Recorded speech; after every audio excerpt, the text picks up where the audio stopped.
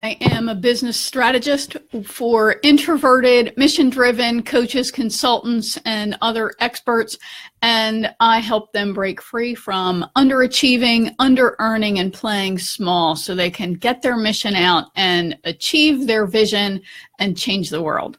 So this is the After Show. I am also the host of the Courageous Entrepreneur Show. That's the podcast that shares information and inspiration to help you break free from self-doubt, limiting beliefs, and disempowering patterns, and break through to create the thriving, successful business you dream of and deserve. The show airs on Mondays, and then on Wednesdays, I'm here on Facebook Live doing the After Show. And the After Show is what, I stole that idea from Oprah. Oh, well. But the episode on Wednesdays is all about sharing additional thoughts that I had as a result of editing the show. I edit my own episodes, and one reason why I do that is because it helps me process the information that I share and that my experts share with us. Hey, Curtis Brooks, how you doing? So, in this week's episode, I interviewed the fabulous Andy Falco Jimenez. Andy is just a great friend and one of my heroes. He is an incredible inspiration for many of us. Let me just explain a little bit about Andy, and you can check his episode out. And of course, I'm going to add links in the comment area once this episode is done, so you can go right to any of the resources that I mentioned. So Andy's episode you can find at winnieanderson.com/expertbrand, all one word, all lowercase. And like I said, the link will be there. So one of the many things that Andy and I talked about was his struggle when he went out on his own. So Andy had a tremendous career with the Anaheim Police Department. He was actually one of the world's leading, he is, but when he was employed as a cop, he was one of the world's leading experts in training canine dogs and building and training canine units.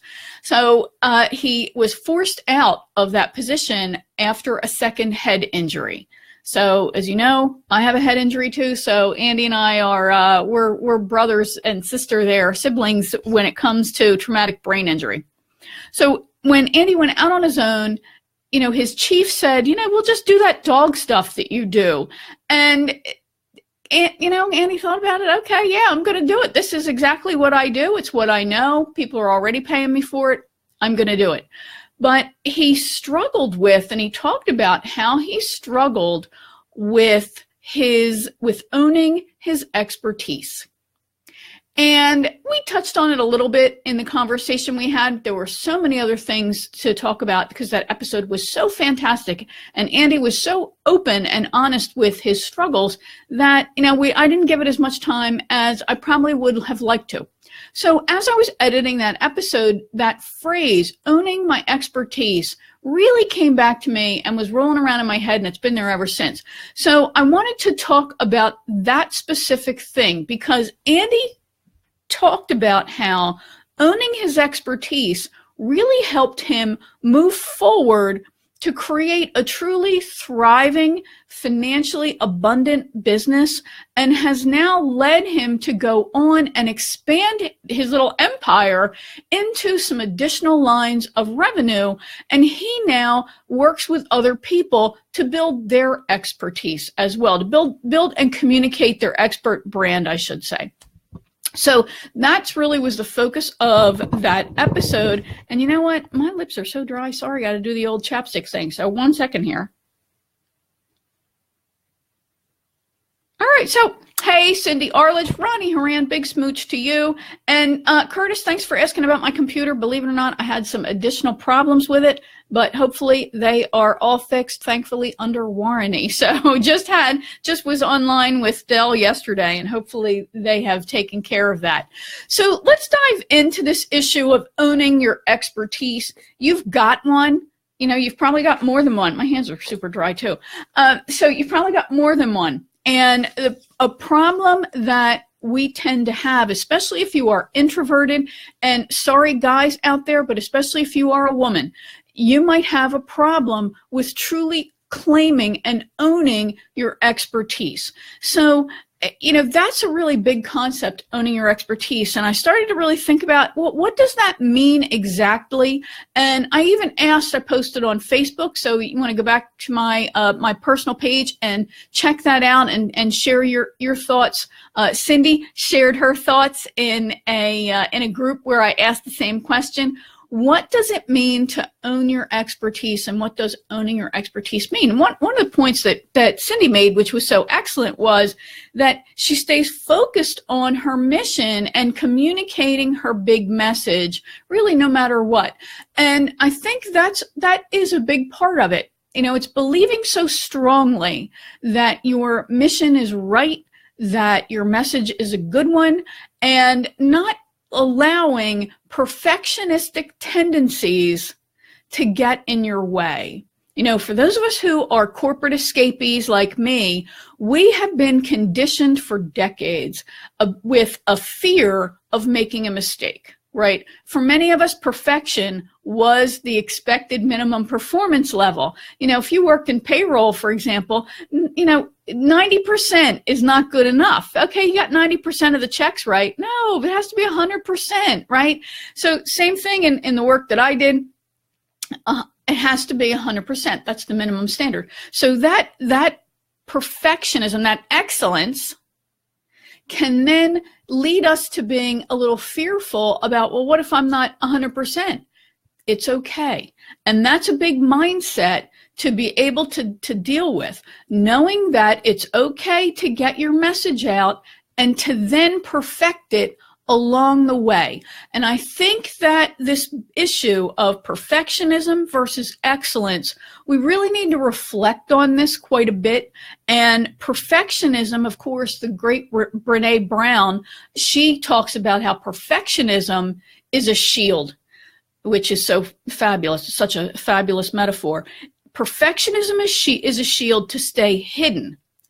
Excellence and that dedication to being perfect, that's what leads to greatness.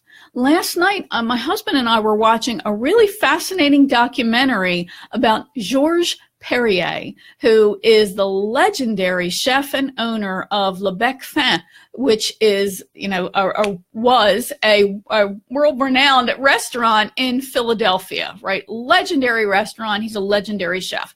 And one of the things that documentary really illustrated was his dedication to excellence. So yes, people talked about that he's a perfectionist, but he's not a perfectionist in the negative sense of a shield.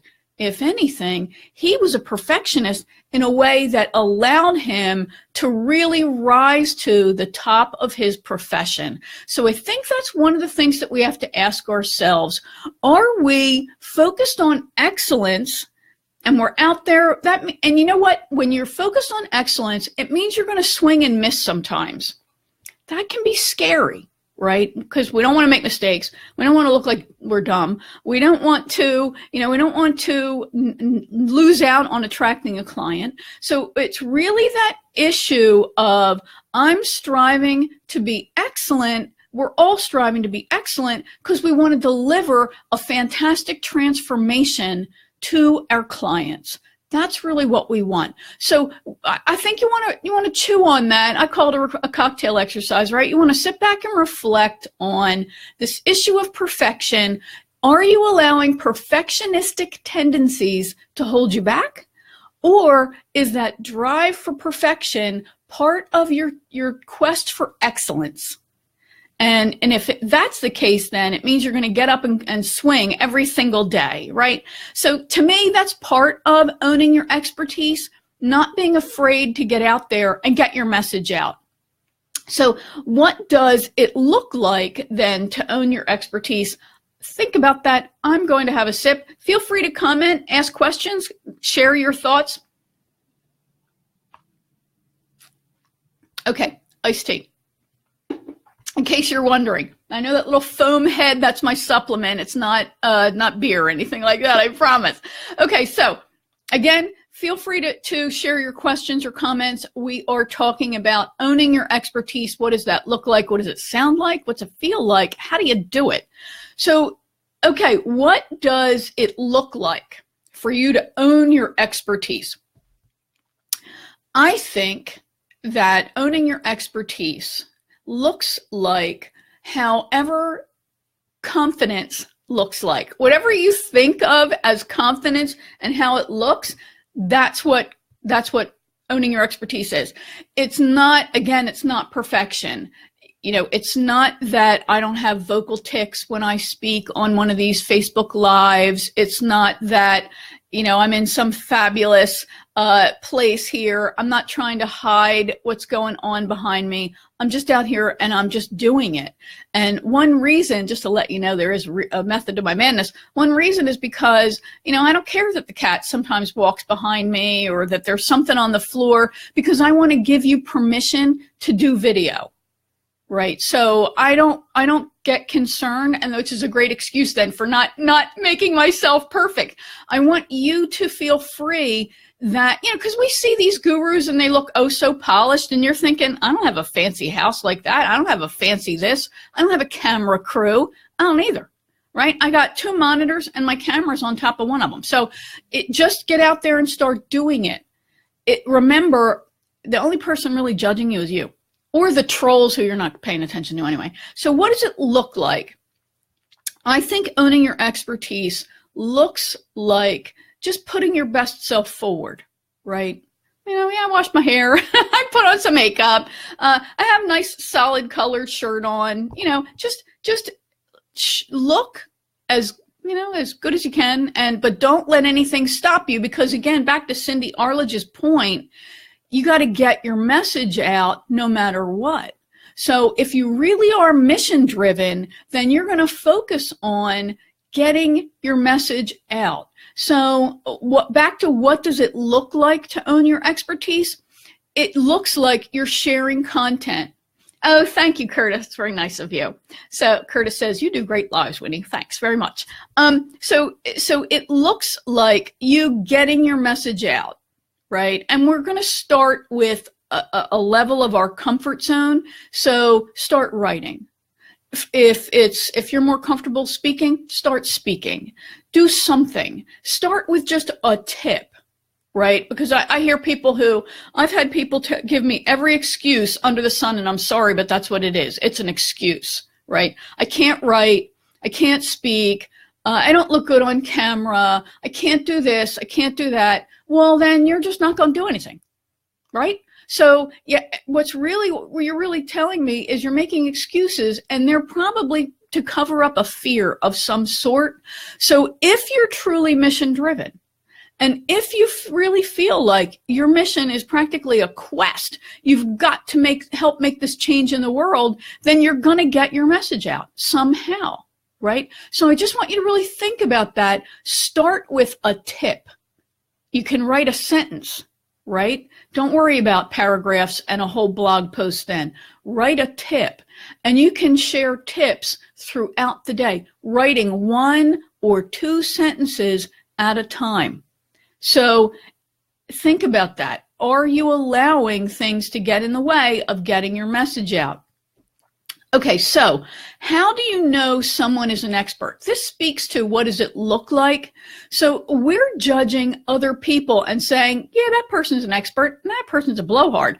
No, I don't think that person knows very much. So how do you do that, right? How do we do that? What do we look at and then label somebody as an expert? And this also speaks to owning your own expertise, right? So one of the issues, and of course I have notes, that's what I'm looking at. So one of the things that bother us is, well, I don't want to say I'm an expert.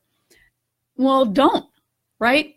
Because we all know when somebody says I'm the world's leading authority on, we all go, oh, please, blowhard, right? So, but when somebody else says you're an expert, you want to leverage that. So if there's a woman named Alexandria Brown, AllieBrown.com, and she has on here, she used to have on her website a banner that said,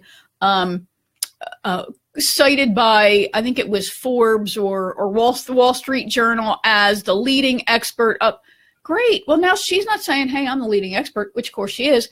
She's taking that quote and she's leveraging it. So whenever you get a testimonial, you get a comment where somebody says something like, I couldn't have done this without you, you're an expert. Okay. Somebody says, oh my gosh, you are the queen at that. Expert. Okay. So you're going to leverage things that people are saying about you, and you're going to let them tell the world that you're an expert. So back to this issue of how do you know somebody's an expert? This speaks to how you communicate that you're an expert. It is all about giving great content, in my opinion, because you're looking to demonstrate your expertise. That's what it comes down to. When we sit back and we look at somebody and go, well, they're a smarty, right? That's an expert. It's because they've done something that's demonstrated their behaviors that make you then label them as an expert, right? And we all have our own belief systems. We all have our own values, and they influence who we think is an expert and who we go, yeah, I don't think so. This is really why one of the key elements, if not the key element of positioning, is to be first out with a message. Now, that's really hard to do because there's nothing new under the sun, and we all take our accumulated knowledge. And I think that's part of a reason why we can feel like I'm not really an expert. I've taken this accumulated knowledge and I've just brought it to this time. But part of owning your expertise, I think, is knowing the audience that you're meant to speak to. And that audience then filters your message. They want your perspective, right? That's why they're watching. That's why they're listening. That's why they're following you. That's it.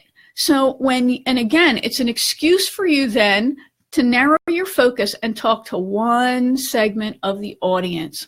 And if other people come along for the ride and listen and embrace you, that's fantastic. But the more you talk to that one audience, the easier it is for you to be seen as an expert, and the more your message is going to really hit them where they live, hit them in their heart as well as their head, right? So we know that people are experts when they demonstrate behaviors that communicate that they are an expert. So that help us make that judgment. So how do they do that, right? They are, when we think of the really big experts, they're on the news. They're being quoted.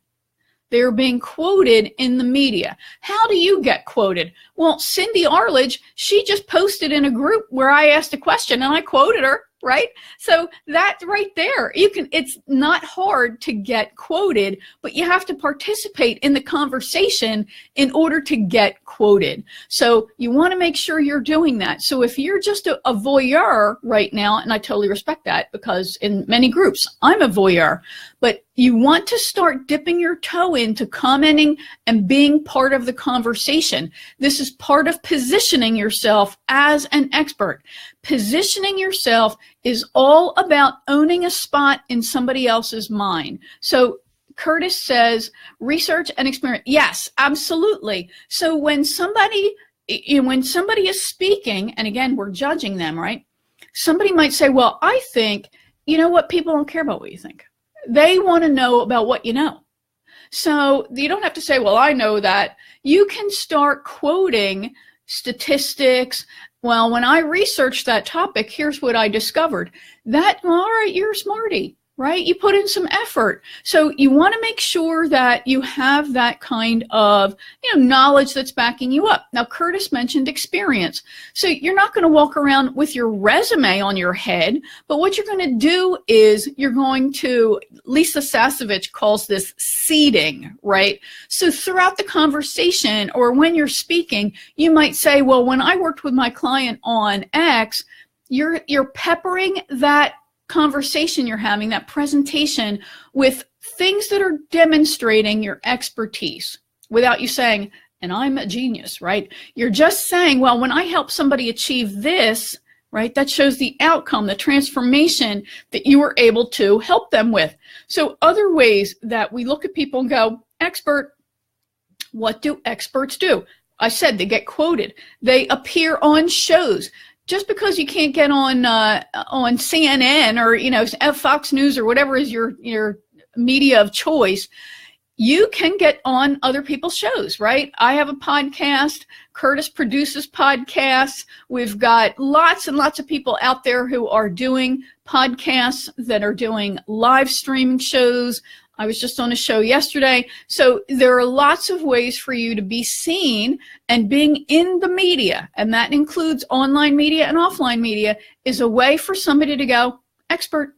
It's also a great door opener. Hey, I saw you on, Dr. Wright's live stream yesterday, and how about coming on my show?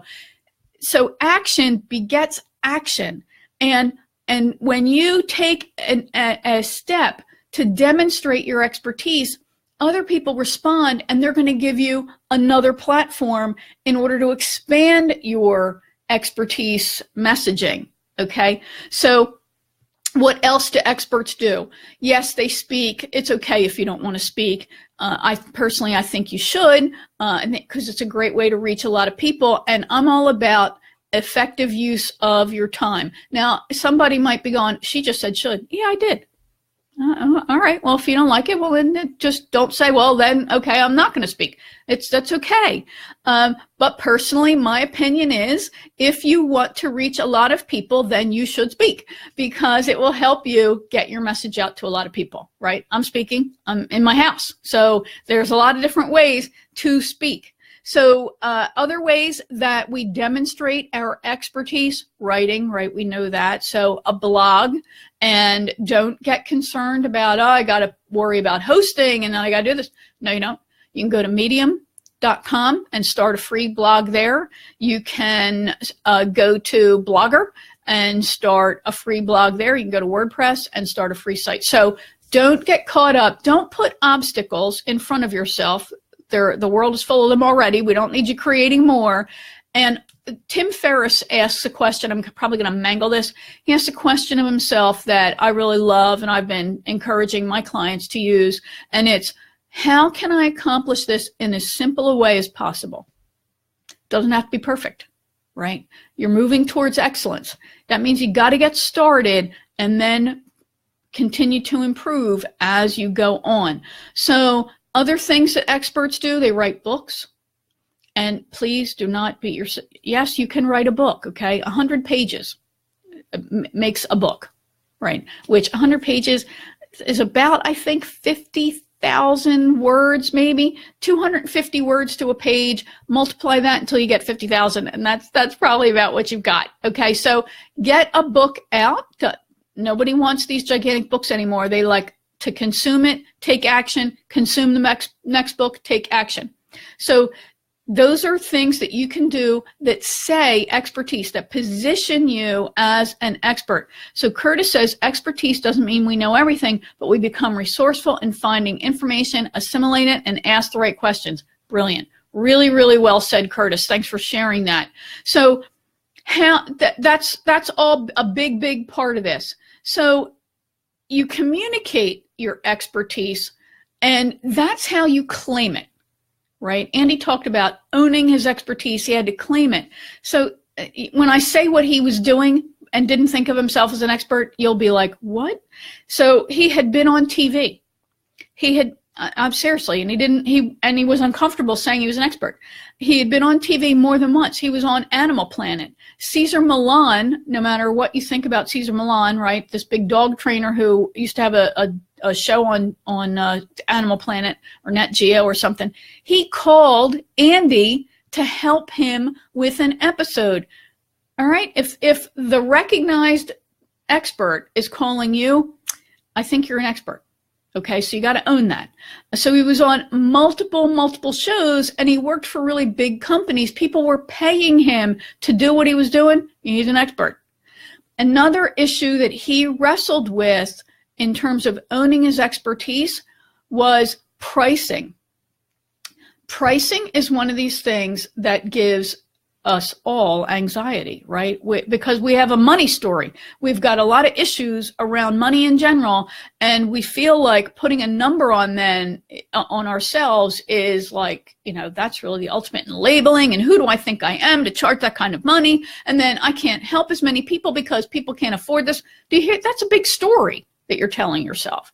So you need to position yourself and price yourself as the expert you are. And remember, when people come to you and they pay you, they're paying for that lifetime of knowledge that you're bringing to this 1 minute when you can solve their problem. So I don't know about you, I have more degrees than a thermometer. I've got a scholastic education, I've got professional education with certifications.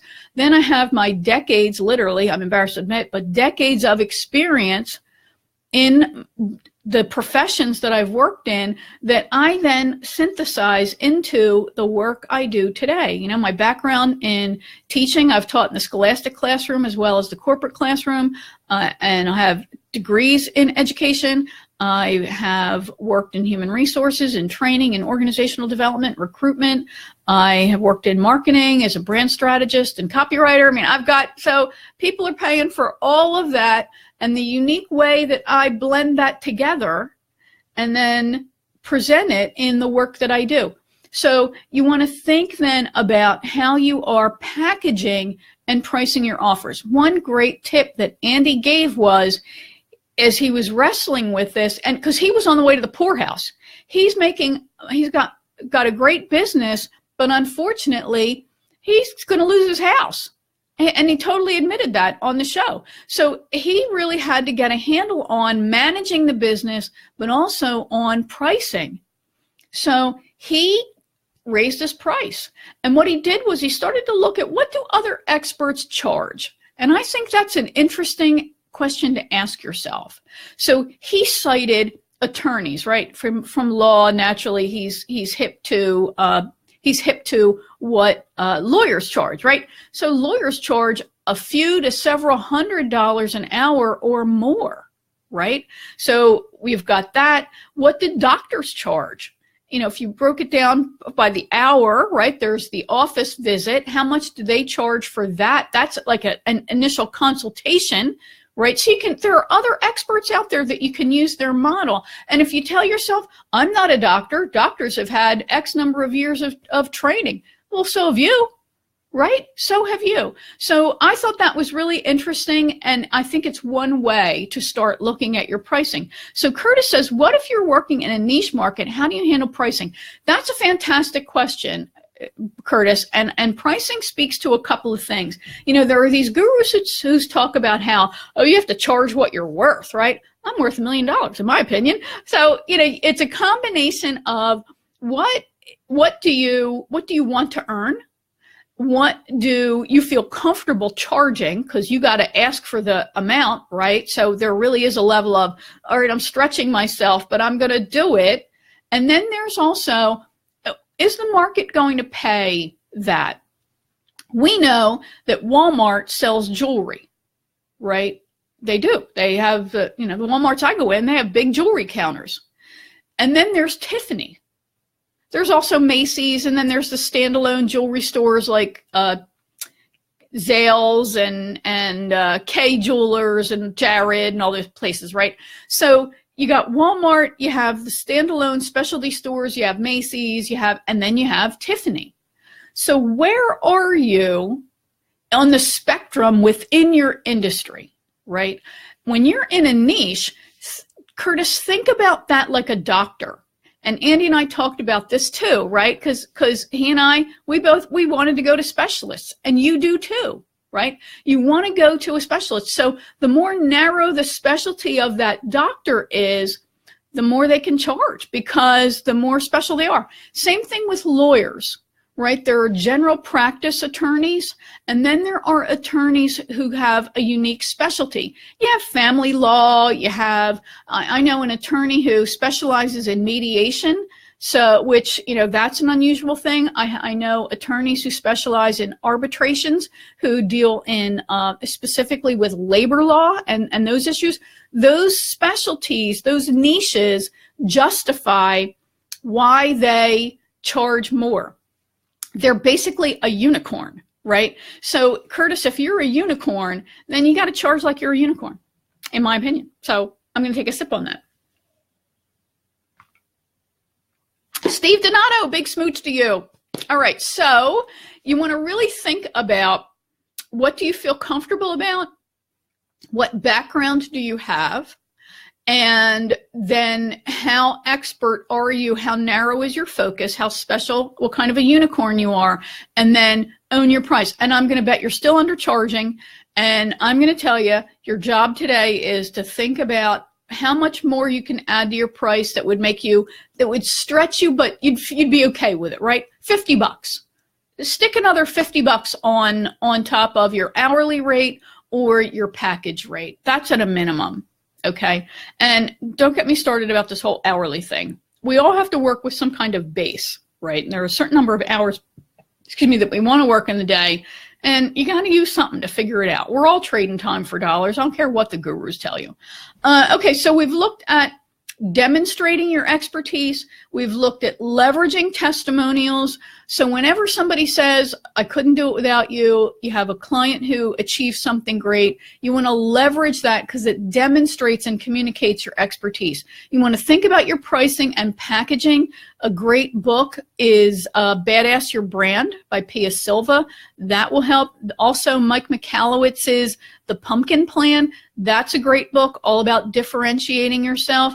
And then when you really talk about owning your expertise, you want to be able to communicate that. Pitch Anything is another fantastic book. I'm going to include links to all of them in the comment area when I'm finished today.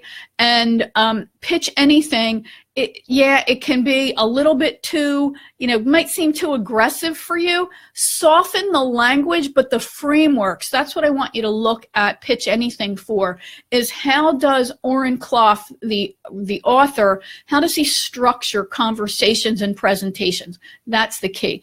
And he talks about owning it, right? Owning it and being confident that I have the information that you want. I can help you. You either want it or you don't, right? So I think a big element here that I've been really talking about is what I refer to as detaching from the outcome. This is also discussed. The first time I learned about this concept was in the book Think and Grow Rich. When you can detach from the outcome and believe my self-image is not tied to whether or not you buy from me, and my self-worth, right? That I know God loves me, I know my family loves me, and they're always going to love me whether you decide to buy from me or not, right? And a lot of times when people say no to you, they're not saying no to you, they're saying no to themselves. They're saying that they don't believe they're worthy to work with an expert like you, right? That's what they're really telling themselves, and you want to think about that. So, I'm glad you're finding this valuable, Curtis. Thanks. Please share it when we're all done here, or share now.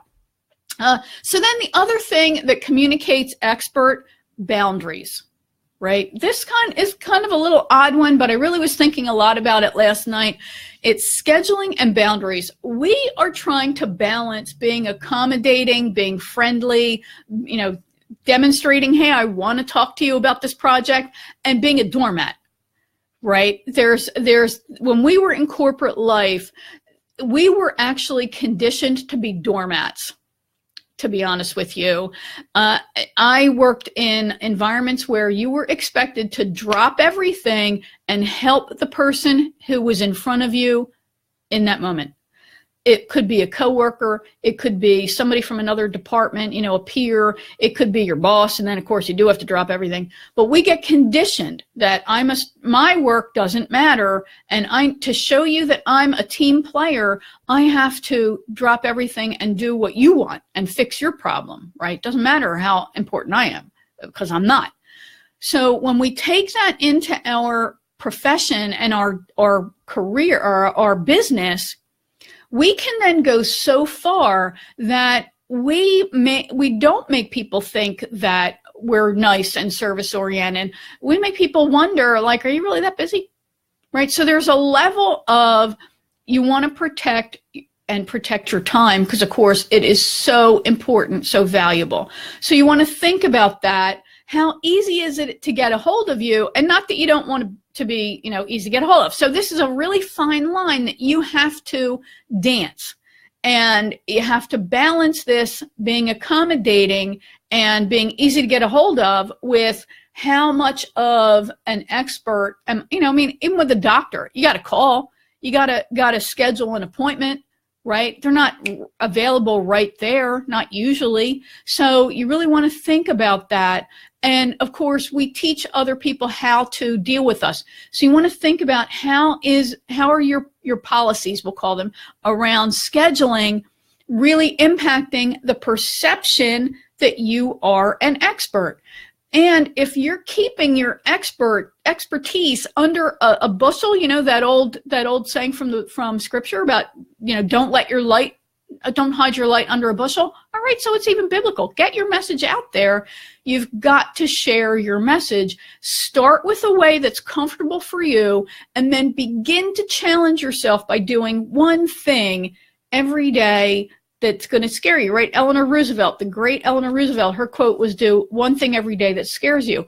I think you should do one thing at least once a week, right? So in my group, we call it Fearless Friday. So what are you going to do that's going to stretch you and maybe make you a little bit nervous, and do it? I've got things that I have to push myself to get myself to do. All right, so I went a little bit longer than I had intended to today. I hope you found this information valuable. So remember, this relates to, it grows out of the original episode from this week's show, The Courageous Entrepreneur, my interview with Andy Falco, which was all about owning your expertise and building an expert brand. And Andy he's just a fantastic guy. And this is now what he does, works with other people to build their expert brand. And you can find the episode at winnieanderson.com/expert brand. And I'll share the link in the comment area, along with the links to the books I mentioned and some other resources. The Courageous Entrepreneur Show shares information, tips, and resources to help you break free from self-doubt, limiting beliefs, and disempowering patterns, and break through to create the thriving, successful business you dream of and deserve. It airs every Monday. It is a video and audio podcast, so it airs on a variety of platforms, but you can always find it at winnieanderson.com. Then on Wednesdays, I am here on Facebook Live with the After Show, and that's where I share additional insight that came to me as I was putting the episode together, and I share that with you each Wednesday. So know that I continue to respond to comments and questions. Feel free to post them. If you liked the information that you heard today, please share this with your friends and connections so they can get this insight as well. Again, please continue to ask questions or make comments. Love to see them. Love you. Wishing you nothing but success. It's time to own your expertise and get your message out to the world. If you'd like to talk about the work that I do and how I help mission-driven, introverted entrepreneurs position and pre-sell themselves so they can profit from their expertise, just shoot me a message or head to my website at winnieanderson.com/contact. Would love to talk with you. All right. Have a great rest of the week, and I'll be back talking to you soon. See ya. Bye for now. Thanks, Curtis. See ya.